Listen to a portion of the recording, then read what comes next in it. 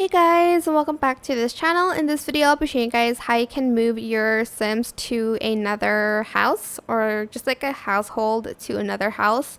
So I'm just going to select this household here, select the more and select move out household. Then you're going to go to manage worlds and you're going to find the world that you like, maybe this one, Copperdale, and you're going to move that person into a house you want. Make sure it's in budget as well. Select this and select confirm, but I'm not going to confirm because I honestly don't know where I want to move her yet. I do want to move her from that house because I don't think the house fits her aesthetic as well. But yeah, that is it. I hope this tutorial was helpful for you guys. Don't forget to like, comment, share. Also subscribe to this channel if you haven't done that already. If you have any more questions, just leave it in the comment section down below. I will try my best to answer them all for you guys.